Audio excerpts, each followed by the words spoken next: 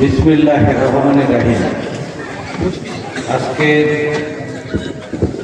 তাফসীরুল কোরআন মাহফিল তপবন উচ্চ বিদ্যালয় ইবাদতপুরের এই অনুষ্ঠানে 2 দিন ব্যাপী অনুষ্ঠান হবে। আজকের এই অনুষ্ঠানের প্রধান বক্তা হাফেজ কারি মাওলানা মোহাম্মদ মোস্তফা কামাল ইসলামী, অন্যান্য যারা বক্তব্য দিয়েছেন মিরাজুল ইসলাম, জিয়াউর রহমান জিহাদি, তাদের প্রত্যেকের সম্মান প্রদর্শন করছি। আজকের এই অনুষ্ঠানের যারা আয়োজক, যারা আমাদের সোয়াবের অংশীদার করার সুযোগ দিয়েছেন, কমিটির প্রতি আমি সম্মান প্রদর্শন করছি। হাজিরানা মজলিসে উপস্থিত মুরব্বিয়ান, সংসার আগামী মা এবং বোনেরা,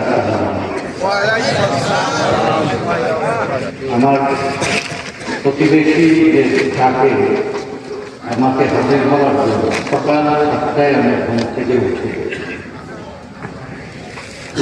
পাবনা থেকে কুষ্টিয়া, কুষ্টিয়া থেকে রাজবাড়ি, রাজবাড়ি থেকে ফরিদপুর, ফরিদপুর থেকে গোপালগঞ্জ, গোপালগঞ্জ থেকে খুলনা, বাগেরহাট, বাগেরহাট হয়ে খুলনা শহর, তারপরে যশোর, ঝিনাইদহ, কুষ্টিয়া হয়ে পাবনা।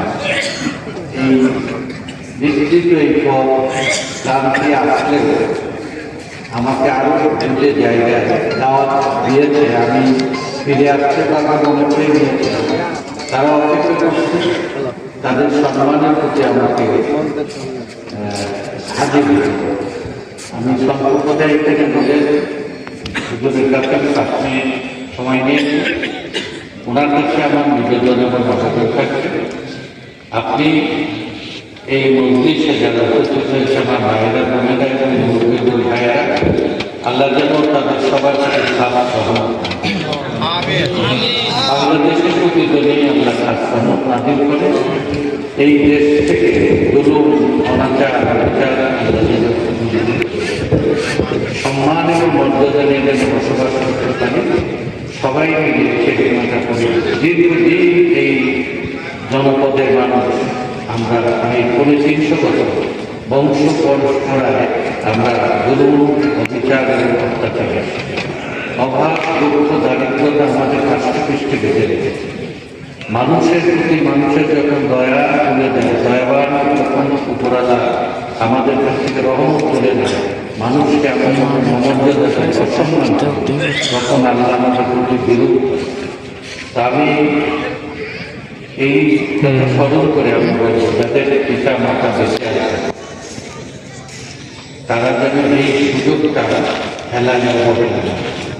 পিতা মাতার প্রতি যথাযথ সেবা শেখা হবে, আল্লাহ রহমত, আল্লাহ সন্তুষ্টি খেয়ে পাবেন। আমাদের অনেকেরই পিতা মাতা নেই, আল্লাহ যেন তাদেরকে ভেবে করে যে যাদের যে সন্তানের পিতা মাতা আছে তারা যেন তার সাথে যত্নবান সেবা করে।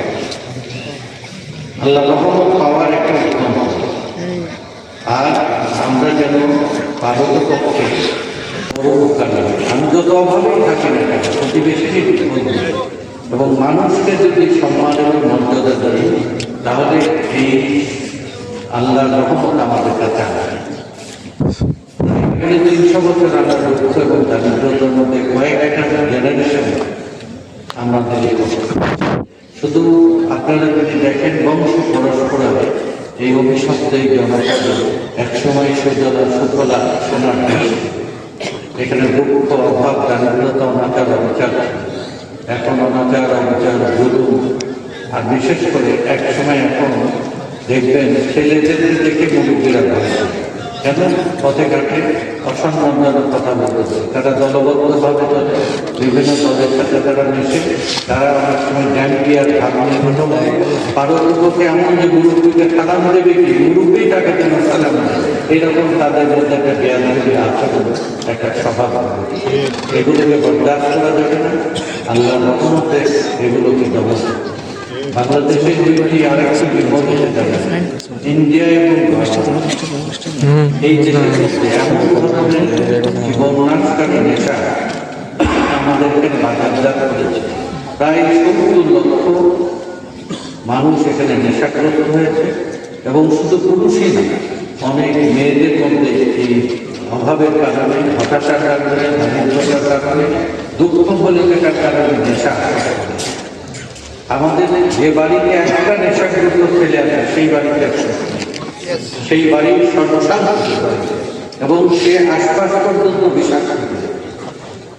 আমাদের কাজ হবে এই যে মুরব্বীরা শাসন করতে পারতেছে না, এমনকি প্রশাসন যে এগুলো দমন করবে, এই অপকীর্তির অংশীদার প্রশাসন হয়ে, এবং রাজনৈতিক নেতারা এইসব ছেলেপেলেদেরকে হাতে করে নিয়ে তারা নিজেরা নিজেদের প্রশংসা এবং নাম উচ্চারণ জন্য আমার পক্ষে কে থাকবে, আমার বিপক্ষে কে যাবে, সমাজের যে অন্যায় সে অন্যায় কেন।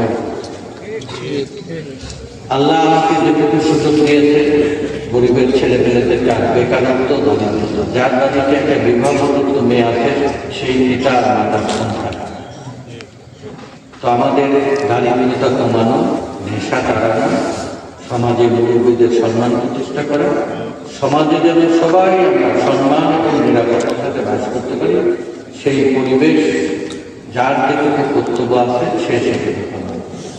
আমার পক্ষে আল্লাহ যেটুকু আমাকে সুযোগ দিয়েছে, প্রথমত আমার জবানে এবং আমার হাতে যেন কত আমি নিজের সাথে আমার সঙ্গে যারা থাকবে, সঙ্গে যারা চলবে, তাদের প্রতি আমি সদয় অনুরোধ করি, আপনারা কারো বিপদে থাকবেন।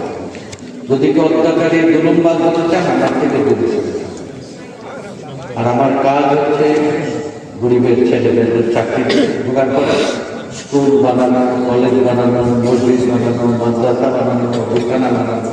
এই কাজ এখন মৌলানা বর্তমান করতেন, আমার ভীষণ পছন্দ। আল্লাহ আমাকে বেতন নিশ্চিত করুন। কিছু সুযোগ আমি সরকারি চাকরি করার কারণে পাবনা জেলার প্রায় হাজারেরও অধিক ছেলের চাকরি আল্লাহ আমাকে জোগাড় করার কাজে সাহায্য করেছে। 2013 সালে আমরা যখন জুলুমের মধ্যে পড়েছি, সেই সময় আরব আমিরাতের একটা কূটনীতিক আমাকে বললেন, আপনি এটা দরখাস্ত দেন। ঠিক আছে, 2 দিন পর উনি আবার ফোন করলেন যে আপনি দরখাস্তটা দিলেন না। আমি দরখাস্তটা পাঠিয়ে দেওয়ার কিছুক্ষণ পরেই আর একজন ইঞ্জিনিয়ার, বিদেশি আরব আমিরাতে, উনি ফোন করলেন যে আপনারা আমাকে জায়গাটা দেখিয়ে দেন, আমরা সেখানে দেখি। আপনি বিশ্বাস করেন, সেদিন আমার নিজের কাছে পরিপূর্ণ তৃপ্ত বোধ করেছিলেন যে একটা আল্লাহর ঘর এই জমিনে যদি যারা করে, জনমে তাদের জন্য আল্লাহ একটা নিরাপত্তা করে। তো সেইটা দিয়ে শুরু করার পরে এই আমরা জুলুমের মধ্যে করছি, 3.5 বছর জেল খাচ্ছি, 100-150 মামলার আসামি, পলাতক জীবনযাপন, কষ্ট। এরপরেও এই মসজিদ বানানো অব্যাহত। আজকে আমি হিসাব চাইলাম, যারা আমাদের কাজ চালায়, 103টি এই মাদ্রাসা, 3খানা মসজিদ বানানো, এবং তার মধ্যে আমি হিসাবে দেখলাম হিমায়তপুর ইউনিয়নে সর্বাধিক হয়েছে। কেন? প্রতিবেশী হিসাবে তারা সবাই পরিচিত আগে যায়, এবং আমাদের মধ্যে একটা নির্দেশনা চ্যারিটি বিজ্ঞানের ঘর থেকে তুমি দয়া এবং সাহায্য হিসেবে বাংলাদেশটাকেই আমাদের বলতে হবে, বাংলাদেশকে নিরাপদ করতে হবে। বাংলাদেশে মানুষ দীর্ঘদিন ধরে অবিচারের শিকার, অবিচারের অবসান করতে, ছোট্ট এই বাংলাদেশকে বদলে দেওয়ার জন্য আমার অঙ্গীকার নিয়ে কাজ। আর প্রতিবেশীর প্রতি আমার নবী নির্দেশ দিয়েছে। আর আমি যে কথাটা বলে শুরু করেছিলাম, কোরআনের ছত্রে ছত্রে আমাদের প্রতি নির্দেশনা আছে, কিন্তু আমাদের প্রতি সদয় আমরা যত বাংলা।